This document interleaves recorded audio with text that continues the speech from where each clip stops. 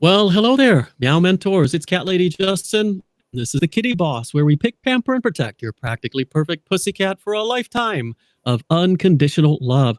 I'm here today. Well, first of all, happy New Year to everybody, because I don't know about you, but this is kind of the first thing I'm really doing in the new year after taking it easy for the first week of January. So I'm here. It's 2025 with our very special regular guest and co-host, Dr. Rachel Geller, one of the world's foremost cat behaviorists, cat chaplain, and the president of All Cats All the Time. If you're in the United States and you're on low income, she can help you fund and finance some things that you might need in order to, give a better life for your cats. But in any case, what we are going to talk about this month is things around, well, the new year, things around goals that we might have for our cats, of course. And also, in retrospect, let's talk a little bit about, as a reminder to everyone, because we will have more of these holidays coming up, things like what to do around fireworks, around celebrations and alcohol and things like that. And in anticipation of next month, where we'll have another very special episode with a third special guest. So we'll be looking for that, but that will be a surprise. So for now, Dr. Rachel, welcome. Happy New Year to you. It's always great to see your happy face. Happy 2025 to you, Justin, to all of your listeners, and my wishes for everybody to have a year filled with happiness, good health, joy, and of course, purrs. I certainly have had quite a lot of that, quite a lot of purrs so far in my new year, which is, of course, a blessing, and it's lovely. So what did you do over New Year's? Did you host a big party? Did you have a celebration, or just a quiet, intimate evening? Well, we went out to dinner with a group of friends, and then we, stayed up for midnight and made a toast to, again, good. I always like to say good health and happiness because health is so important. And of course, being a cat behaviorist, I always have to throw the purrs in there because why wouldn't you? Well, yeah, for sure, for sure. I had a nice New Year's Eve. It was spent with some of our dearest friends, which is always nice.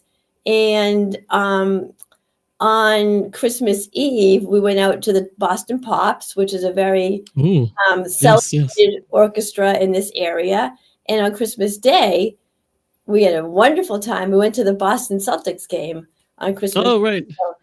So I had a very fun and action-packed holiday, but I also had plenty of time for some downtime too. And I hope you had a fun but also relaxing holidays yourself. Well, so that sounds like fun for all you football fans. I'm just kidding. I know the Celtics are a basketball team, but I don't follow sports. But I do know that they're a basketball team. So it just sounds like your brand of fun, which I think is really great. Brand of fun. You hit the nail on the head. This is my brand of fun. I'm a action person. I'm happiest when I'm kind of out doing things and moving. I'm one of those people, like, you can't see, but even right now, like, my foot is tapping a mile a minute. I'm always moving something. So I'm going and doing. And you're a high energy person. I think I'm a high energy person. I think so too. I have friends who call me the ever ready bunny.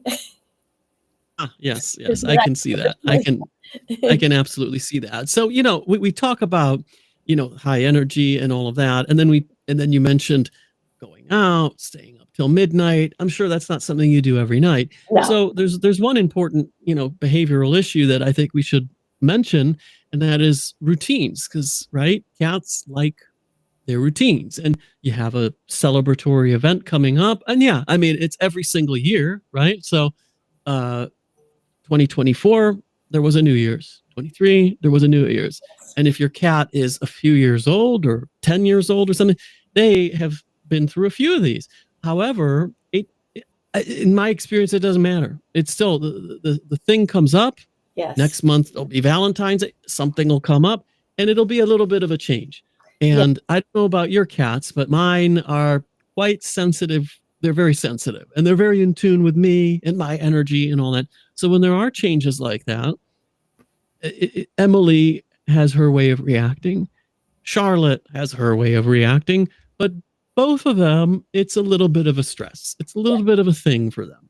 Yeah. So let's talk a little bit about that, what Yeah. to do about it. And, because we can't live our lives under the paw, so to speak, of a cat. We have to have a life as a Yeah. human as well. Yes. As much as we joke about it, not about, about them being the boss and all that. Who's the boss really, Kitty or you? But I think the truth is we got to have a life. We need to be able to go places, stay up late, enjoy, date, enjoy, Yeah.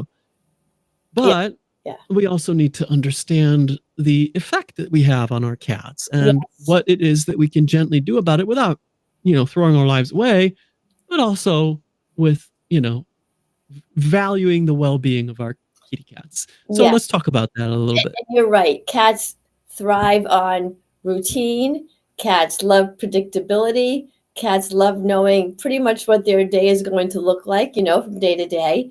And they very much will meld their lives and their existence around our schedules. So they are very dependent on routine and predictability. And like you said, we can't always, sometimes we need to go away or we have a party or whatever. So like in your cat's perfect world, you would do the same exact thing at the same exact time every single day. You'd never have a guest over, you'd never leave the house, you wouldn't do something horrifying like getting new furniture, like everything would always stay the same. But here we are, in the real world. So what do we do? Well, one thing that I find really, really helpful for cats is getting them used to different noises. Because a lot of times what they're really scared of is that intermittent noise.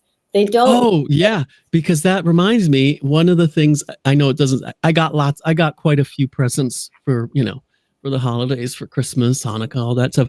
But one of them, so only one of them, I don't want anyone to judge. One of them was a handheld vacuum, one of those vacuums from Blaupunkt. That's for cat. Yeah.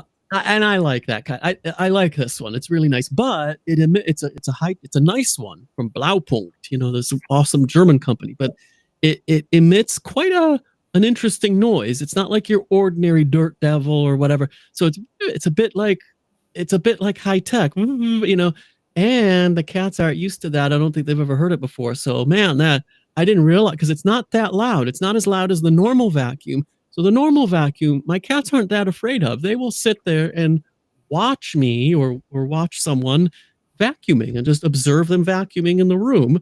If you get too close, they'll scuttle off, but they're not that afraid of it.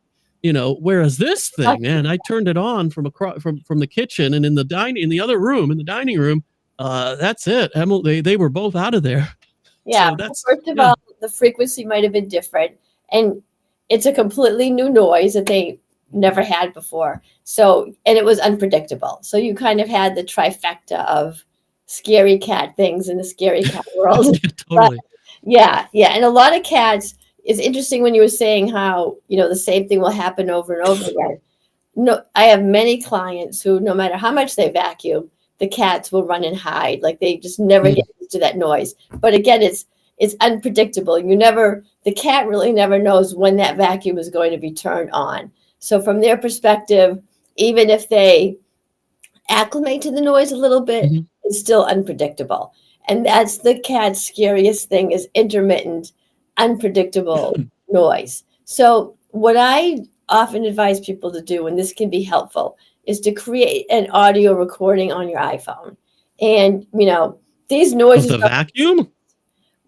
Of a vacuum, of a baby crying, of fireworks, whatever noise it is that your cats are afraid of, create a recording on your iPhone. And then what I want you to do is get your cat. Okay, so we're not going to get the cat to joyfully, jump up and down in glee when they hear this noise, but we want to just get to tolerance. So we're going to start off with playing the noise at a very low level for a very short period of time. And we want to make sure that that's not distressing the cat. We want to start off at a level that the cat's not afraid of. And so if the cat isn't running away, the ears aren't going back and down, she seems okay with that level of noise, okay, that will be our starting point. So we're going to play the recording maybe for like a few seconds at a low level. then we're going to progress gently Mhm. and gradually. We're going to turn the level up, and we're going to make the sessions a little bit longer. Hmm. And the idea is when we intermittently go to our iPhone and play this audio back for the cat, they will become desensitized to it. So Okay. desensitization is basically a fancy word that says the cat will get used to it.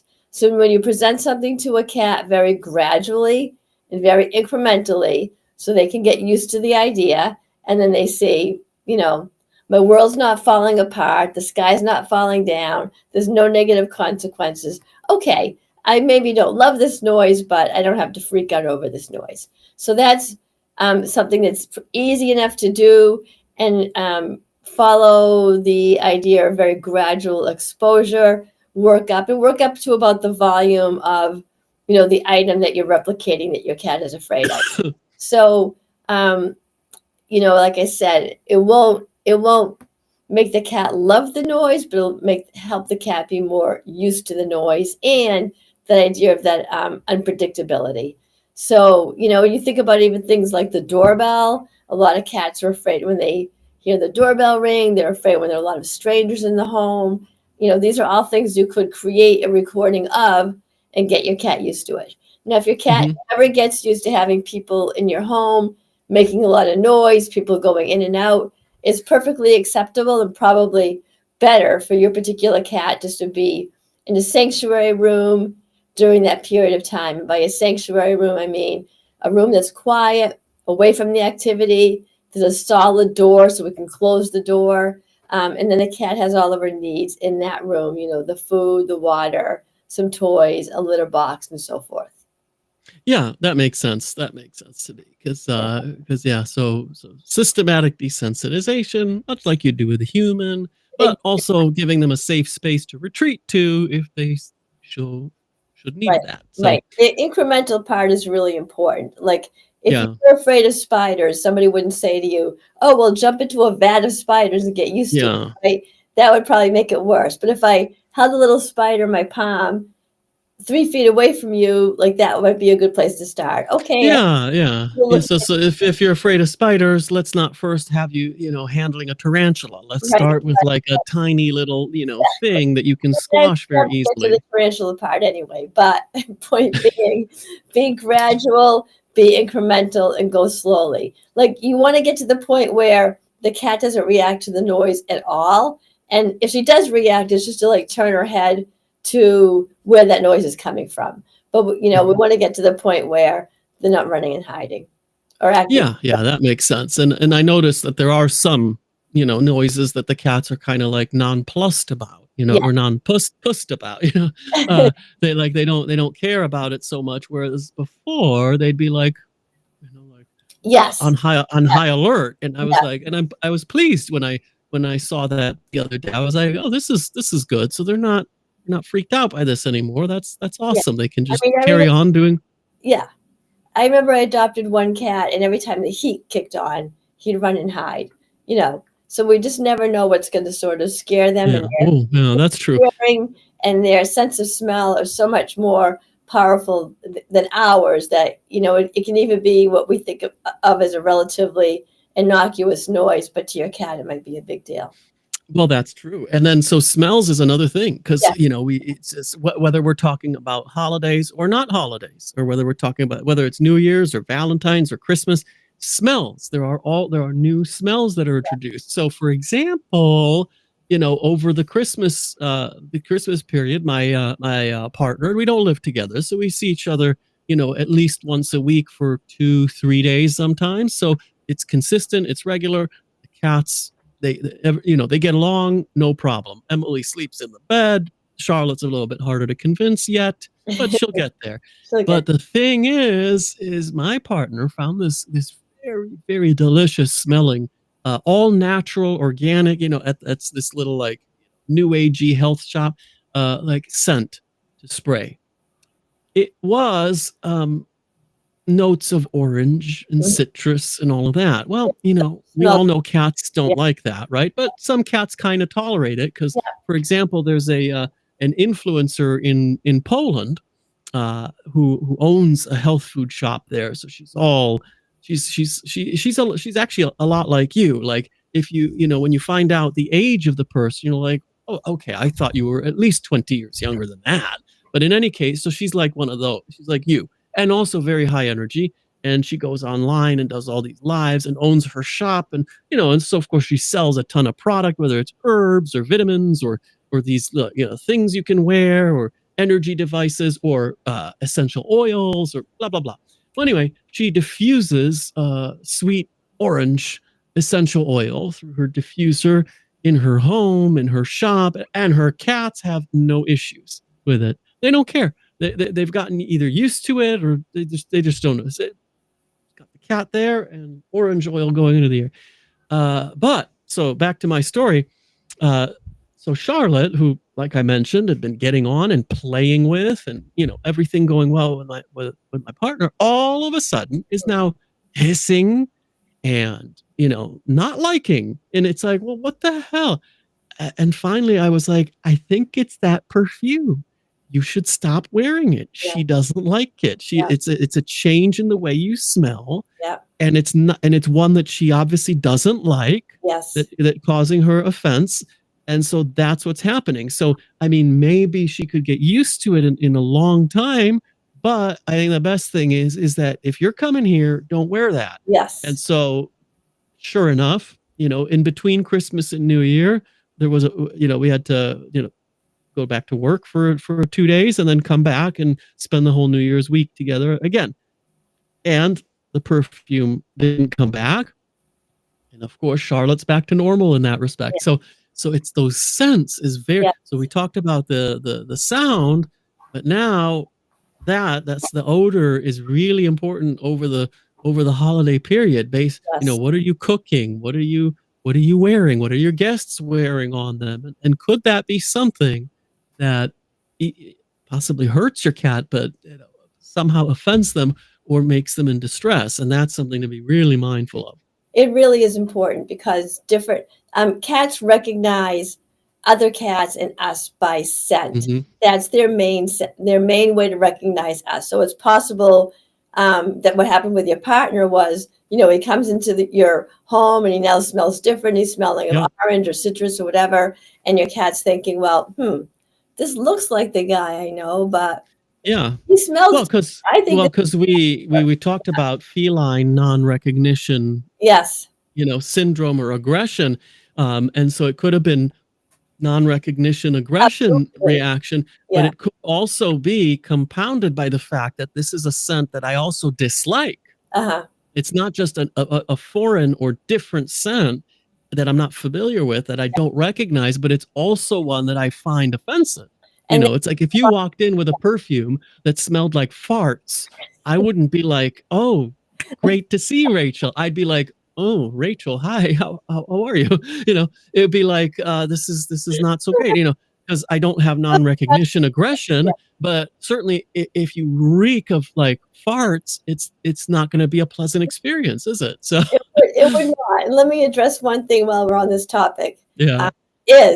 There are definitely some smells and scents that we have the power to, avoid or change, but sometimes we don't. So for example, I get this all the time with cats and new babies. So all of a sudden you might smell different. You're putting different lotions on. You might be, the smell of baby oil, the smell of baby powder, the smell of the stuff that you're using to clean your baby. These are all new and different scents. So if you're going to be introducing a scent that is not going away, we want to work a little harder to get your cat used to that. And the best way to do that is through scent swapping with a damp towel. So, you can rub the new baby with the towel, then rub the cat with the towel. If in preparation, you can start putting baby powder or those lotions on your own arms and your own hands before you have your baby. So there's things that we can do to get your cat desensitized to smells that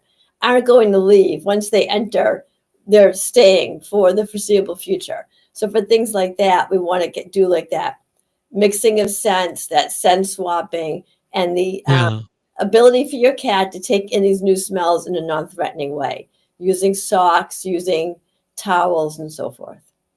Oh, that's interesting. Yeah.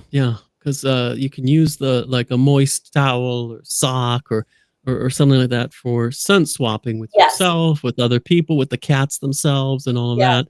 Because you can yes, use it among cats when you're introducing like a new cat or. yes. And I just had a woman who has a cat and she is now in a wheelchair and the cat is Mhm. afraid of the wheelchair. So what I had Oh, her do was, rub the wheelchair and her with the towel, rub the cat with the towel, then go back to the wheelchair and do the same thing again. Now the cat smells are incorporated and do that a few times so that the scents are deposited all over the wheelchair and that will help the cat. Um, oh yeah, recognize that this is like a non-threatening, safe, yeah. new So I addition. have a question then. So we talked about scent swapping and putting to deal with the recognition. But what about, because when you bring a new toy into the house, they sell these sprays, can be catnip or silver vine, these things that are very attractive to cats. Yes. And that encourages them to like get into that thing. Would that help or would that work? Like could you spray? Because I was thinking, hey, I'm a cat man, could I wear catnip cologne, as that, and just spray myself, and then all of a sudden the cats, like Dr. Doolittle, they're coming to me. Would that be something that would help? You So, can definitely use catnip to entice your cat to mhm, come and be more familiar with whatever the scent is or you. Another great idea is a synthetic pheromone spray. So yeah, you can use these sprays are artificial synthetic versions of a cat's own natural deposits that the cat will use on her own, to hmm, mark and scent deposit. So if you use an artificial synthetic pheromone spray, what you're doing is you're mimicking what that cat would do. So now when your oh cat yeah, comes upon the new scary object, whether it's a person or an item, and he sniffs it, the cat gets tricked into thinking, oh, I've already marked this with my feel good pheromones as a safe, fine item person. So we sort of tricked the cat into thinking that she's already marked this item and designated this item as, feel good, no stress.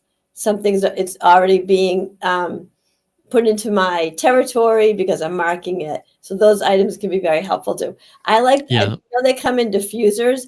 I like the hmm, spray better because you can directly target yeah, what you want, and also that's more realistic to your cat. So your cat's not mm. going to somehow diffuse her pheromones and have them all over a room. Yeah, all over. Unless she's the Zen and her energy is permeating the entire Right. universe. She's going to use her facial pheromones Yeah, or the pheromones in her paw pads and mark things that way. mark stuff. Yeah. Right. So when you use, And so one brand that I know works pretty well is yeah, Fellaway, yeah, depending on how you pronounce it. That is available in the UK. It's available in the US. It's pretty much worldwide. yeah, that's a Um, very good brand. And the other one I recommend is Comfort Zone. That's another good brand. Comfort Zone. I think I've heard of that. There's one that I've tried recently that I'm actually using now, and I wish I remembered the name of the brand. But if we remember next month, I can bring the box down and show everybody because it works really well, and it was quite a good price. Hmm. And they have diffuser. They also have spray, Yeah. and the company is based out of California, and I bought it and had it shipped here because I quite liked what they said in their ad as compared to Feel Away and other.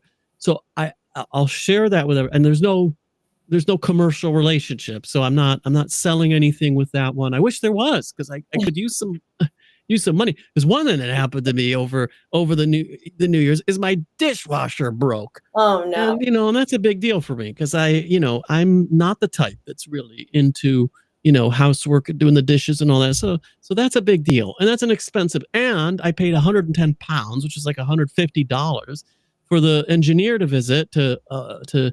I mean, I was hoping to repair it, only to tell me no, it's dead. This is Oh the part that's dead, and it's not made anymore. We can't get it, so that's it. You're gonna have to buy a new one. I'm like, no. that sucks. After paying $150, now I gotta pay another a lot money to have the thing replaced, Hmm. obviously removed, installed, and all that. So it's not that's annoying. But in any case, I, I have no idea why I brought up the dishwasher, but there you go. I brought up the dishwasher. Happy New Year. But Okay. by the way, You never know what you might hear it on the is working. podcast. That's what I've been checking out. It Yeah. is live streaming onto Oh, YouTube. great. So that works. And that's amazing because, you know, I don't feel bad saying this.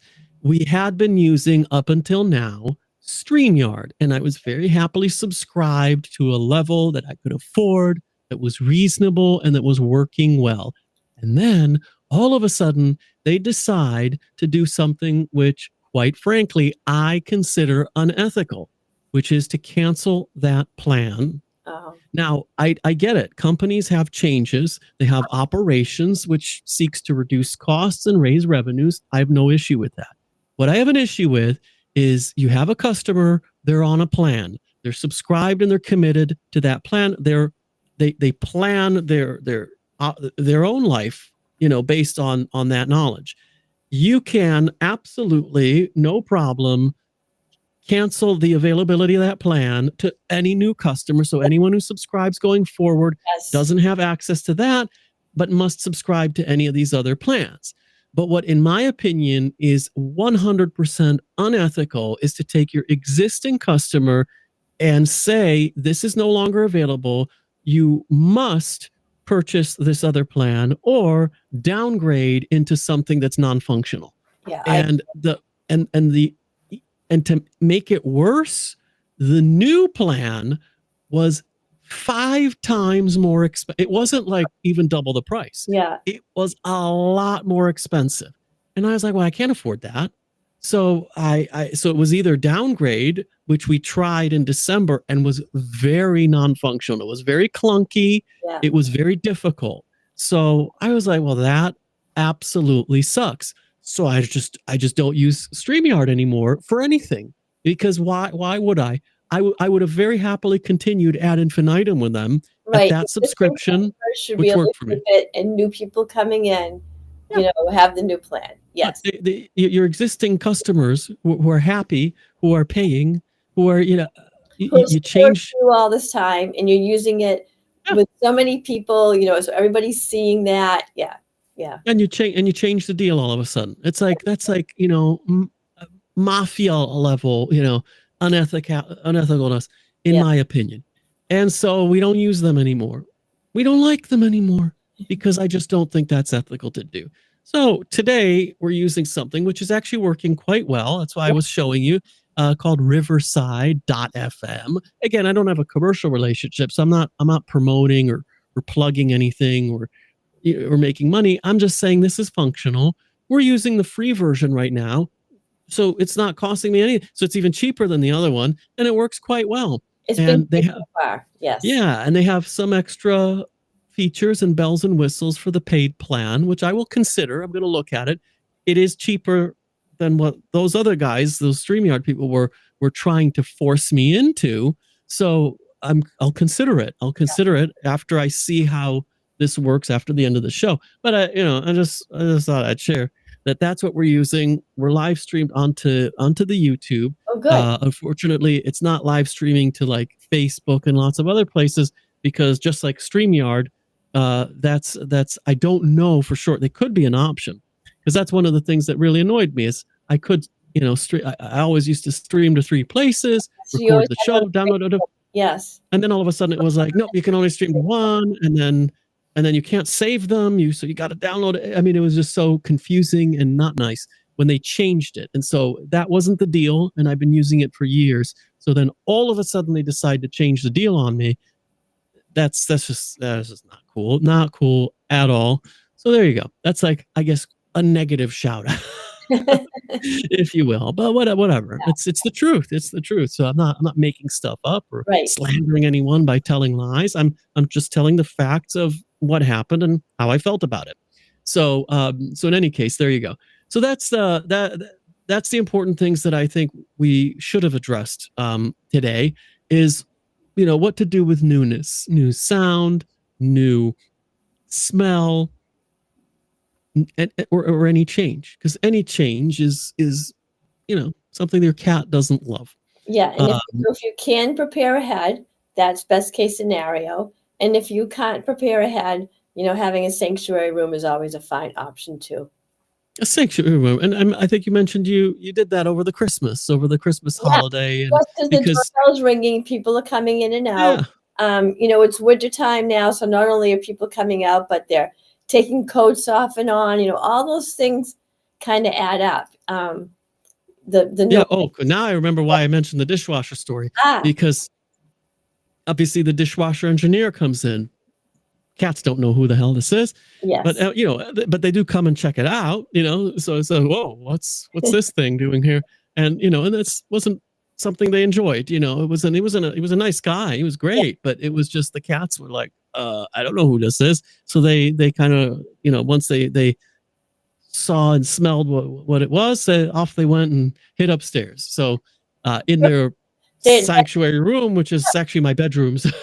so and so that's that's just kind a of way of coping with something they're afraid of, and it's completely normal. Nothing for anybody to be worried about. I get asked all the time, like, how can I get my cat used to visitors, or the cleaners come in, or like you said, the appliance repair person comes in, and they run and hide. So some people feel really bad about that. It's fine. That's your cat's way of coping. There is nothing wrong with the cat avoiding the things that she doesn't like. I do the same thing. I try to avoid things I don't like. I think it's I think we all do. Yes. So go ahead and let your cats do that.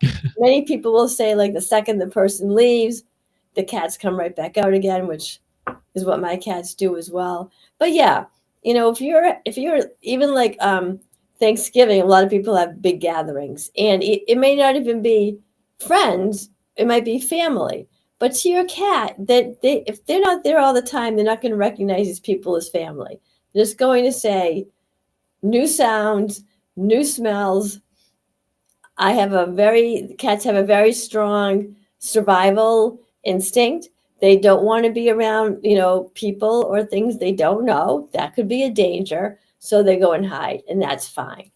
Yeah, and then let's remember also, for the benefit of people who are listening to this and who say, well, my cat doesn't do that, because there's always exceptions. Cats are VIPs. They're Oh, very individual pets. My yes. mom's cat, for example, Ondine, although she now calls her something else weird, but anyway, it's Ondine, the cat is so friendly. I mean, I come in and I visit my not even once a year, sadly. So I go over there because in Paris, France, and all that. It's an expensive trip. So I go visit her, and oh no, and anyone else, all other visitors come in also, and it's the same. The cat is just such a friendly. She's like an ambassador of goodwill for my mom. However, the last time she had a cat was a long time ago, probably 15, probably a good 15, 20 years ago, when she still lived in the USA. And yeah, and I was a lot younger. And I remember this cat the one time, and this was after my parents separated. So my mom was living alone in the big house where I grew up. And she had this cat named Lola, who was visually looked a bit like Charlotte, fluffy sort of calico type thing and white. But man, this thing was the incubus. I mean, it was like, it didn't run and hide.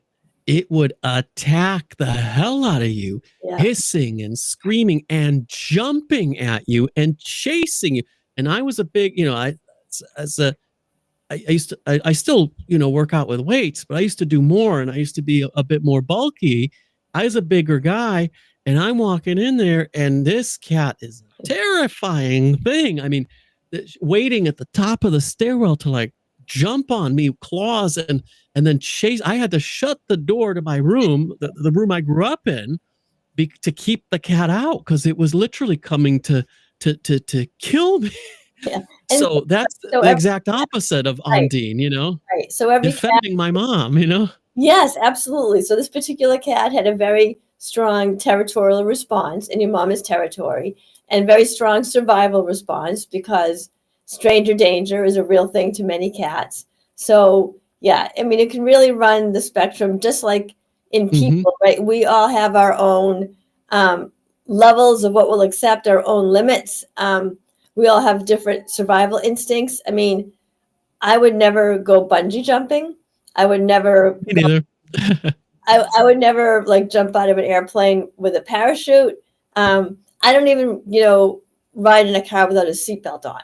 So I have a very, very strong survival instinct and a very visceral reaction to danger. I avoid. Yeah, so you wouldn't be doing stuff like Tom Cruise does, you know? Would not. And then other people, like that's what they thrive on, right? They love it. So Yeah, cats are yeah, the same way. Your like cat Tom might Cruise or Right. Your cat might greet every stranger and love everybody and be like the mayor, and then might have a cat who is a little more reticent and would rather just go yeah. inside and yeah. Yeah. So when we talk about like the safe room and these strategies, this is, stuff that works for most cats. But Right. of course, there are always exceptions, and Always. that's inevitable because that's when you're dealing with any living creature. It's never 100%. Absolutes are not obtainable. Correct. So that's but then, let's say you run into a situation like that. Well, Dr. Rachel Geller offers a behavioral consultation virtually, and it's cost free. There's no charge. So you can always get a consultation with Dr. Rachel Geller if your cat is an exception and say, look, the safe room ain't working. This ain't working. My cat just ripped a hole through, my neighbor and, or whatever. And, And or my cat I'll be is, yes. because I'm sure if the cat is super friendly, like you don't need a behaviorist to help you out. The generally you need that when the cat is a terror, like my mom's cat. And I actually felt kind of good about that because this was when I was still living in California, and I grew up in the Detroit, Michigan area. So my mom was living alone. My brother had already moved, grown up and moved out in the big house. No dad there, nothing there. So it was a safe neighborhood we lived in called Huntington Woods. But I felt pretty good that she had this vicious guard cat, which in my opinion was far superior to any dog you could have in there, because this thing, I mean, it was terrifying. I mean, and the claws, the teeth, it's all a lot sharper than a dog. So, Yeah. and this was aggressive. So, I mean, maybe if she had like a German Shepherd or a Rottweiler in there, but this thing was a great guard cat, because anybody else other than my mom who would enter that home was in jeopardy. Well, they were in danger, including me. So that was not so bad. But yeah, that was Lola. Her name was. I thought that was a pretty fitting name for such a terrible creature. Well, no, she wasn't terrible. She just had a strong survival instinct and a strong territorial instinct, and that's okay. Terrifying creature, maybe. Because I was scared. I understand. I understand. But my mom obviously loved her, and And they got along great. Right, and that's all that matters, right? I mean, that was what was important to me, is my mom, not being alone, having a companion cat in this sense, and that was for me important, and it was good that the cat was also happened to be a very good security guard. Yes. Great, that's an added bonus, because certainly my cats, they're awesome, Emily and Charlotte, but they are not security guard cats. They're a bit on the friendly side, or the reticent side. Friendly, reticent, but they don't, attack people. They don't just do that. So I think that would be not good security cats, but that's okay. That's okay, because that's not why I got them. Anyway, so I think that's all I wanted to cover is all these things about newness and changes. And we have New Year's and New Year's resolutions. Some people do that and believe in that thing. And so remember, if you're going to change stuff about you and your life, your habits, your routines, by all means, I think neither one of us are saying don't do that. Definitely improve yourself. But what we are saying is include a little bit of thought into your cat, because if you are changing something, a routine, a habit, whatever it is, it will affect your cat, and it may be positive, but it may actually be negative, and that's nothing to be afraid of, because if you smell a bit different, or you look a bit, or you might just want, or your schedule's a bit different, you might just want to have some consideration for the little kitty cat who might need a little bit of time to adapt, or a few little gentle techniques that we've shared to help him or her adjust. Yeah. Yes. That's perfectly said. Yeah, when you think of transitions, just think of gradual. Anything new, think of channel your inner Dr. Rachel and go gradually, slowly, and incrementally, and chances are everything will be fine. Yeah, and you know what? The same is true for people too. Yes. When you're learning something new, the best way to learn something new is by gradients, by Yes. gradual, step by step. If you skip too much, well, what happens then? All of a sudden, you get overwhelmed. You don't know what you don't know what to do. It becomes impossible to understand and conceive. You start stumbling, and you eventually quit. And that's stressful for us. So same for your cat. And it's very stressful. And what's the solution? You just walk back the gradient to the last time you felt good about it and you were getting whatever it is you were learning.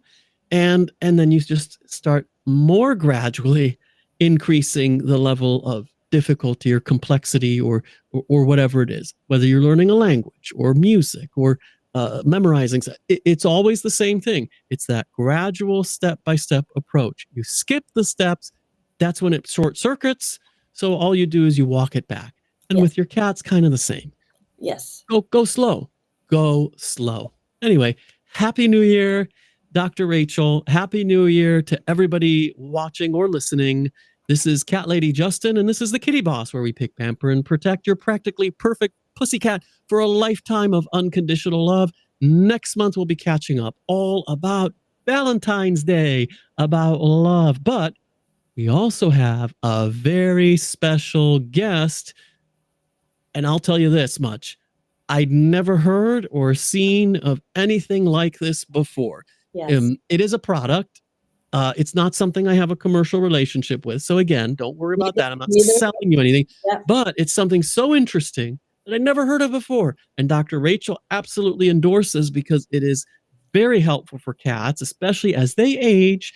So if you love your cats, definitely don't miss the next one, because our special Valentine's show will have something very special you can take a look at and consider doing for your cats, especially as they get older.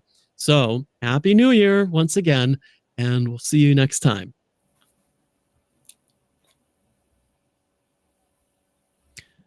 Okay, so that has stopped. How was your studio session? I'll put a thumbs up. What's it? I guess easy to use, I guess. I don't know. I guess joined easily, yeah.